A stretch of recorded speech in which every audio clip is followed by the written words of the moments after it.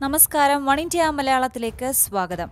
ബി.ജെ.പിയുടെ ദളിത് വിരുദ്ധ നയങ്ങളിൽ പ്രതിഷേധിച്ച് പാർട്ടി വിട്ട ദളിത് നേതാവും ബെഹ്റൈച്ച് ലോക്സഭാ മണ്ഡലത്തിൽ നിന്നുള്ള എംപിയുമായ സാവിത്രിബായി ഫൂലെ കഴിഞ്ഞ ദിവസം കോൺഗ്രസിൽ ചേർന്നു. കോൺഗ്രസ് ദേശീയ അധ്യക്ഷൻ രാഹുൽ ഗാന്ധിയുടെയും യു.പിയുടെ ചുമതലയുള്ള എ.ഐ.സി.സി ജനറൽ സെക്രട്ടറിമാരായ പ്രിയങ്ക ഗാന്ധി, ജ്യോതിരാദിത്യ സിന്ധ്യ എന്നിവർ ചേർന്ന് സാവിത്രിബായി ഫൂലെയെ കോൺഗ്രസിലേക്ക് സ്വീകരിച്ചു. ഉത്തർപ്രദേശിലെ പ്രമുഖ പട്ടികജാതി വർഗ നേതാവായിരുന്നു സാവിത്രിബായി ഫൂലെ. കഴിഞ്ഞ വർഷം ബി.ആർ. അംബേദ്കറുടെ ചരമവാർഷിക ദിനത്തിലാണ് ബി.ജെ.പിയിൽ നിന്ന് രാജിവെച്ചത്. ബി.ജെ.പി സമൂഹത്തിൽ ഭിന്നത സൃഷ്ടിക്കുകയാണെന്നാരോപിച്ചായിരുന്നു ഫൂലെ പാർട്ടി വിട്ടത്.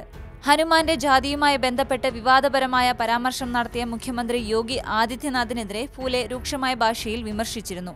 ഇതിന് പിന്നാലെയാണ് അവർ പാർട്ടി അംഗത്വം രാജിവെച്ചത്. പാർട്ടി അംഗത്വം രാജിവെച്ചെങ്കിലും പാർലമെന്റ് അംഗത്വം ഫൂലെ രാജിവെച്ചിരുന്നില്ല. ഉത്തർപ്രദേശിൽ നിന്ന് തന്നെയുള്ള എസ്.പി നേതാവും മുൻ എം.പിയുമായ രാകേഷ് സച്ചനും കഴിഞ്ഞ ദിവസം കോൺഗ്രസിൽ ചേർന്നു. രാകേഷ് സച്ചനും കോൺഗ്രസ് ലോക്സഭയിലേക്ക് മത്സരിച്ചേക്കും. പൊതു തിരഞ്ഞെടുപ്പ് അടുത്ത വേളയിൽ എസ്.പിയിൽ നിന്നും ബി.ജെ.പിയിൽ നിന്നും പ്രമുഖ നേതാക്കളെ സ്വന്തം ക്യാമ്പിൽ എത്തിക്കാനായത് തിരഞ്ഞെടുപ്പിൽ നേട്ടമാകുമെന്നാണ് കോൺഗ്രസ് വിലയിരുത്തുന്നത്. കോൺഗ്രസിനെ കൂടാതെ തിരഞ്ഞെടുപ്പിനെ നേരിടാനാണ് എസ്.പി ബി.എസ്.പി സഖ്യത്തിന്റെ തീരുമാനം. ബി.ജെ.പിയെയും ബി.എസ്.പി എസ്.പി സഖ്യത്തെയും നേരിടാൻ ദളിത്, യാദവ്, ഒ.ബി.സി വോട്ട് ബാങ്കുകൾ ലക്ഷ്യമിട്ടാണ് കോൺഗ്രസ് മുന്നോട്ടു പോകുന്നത്.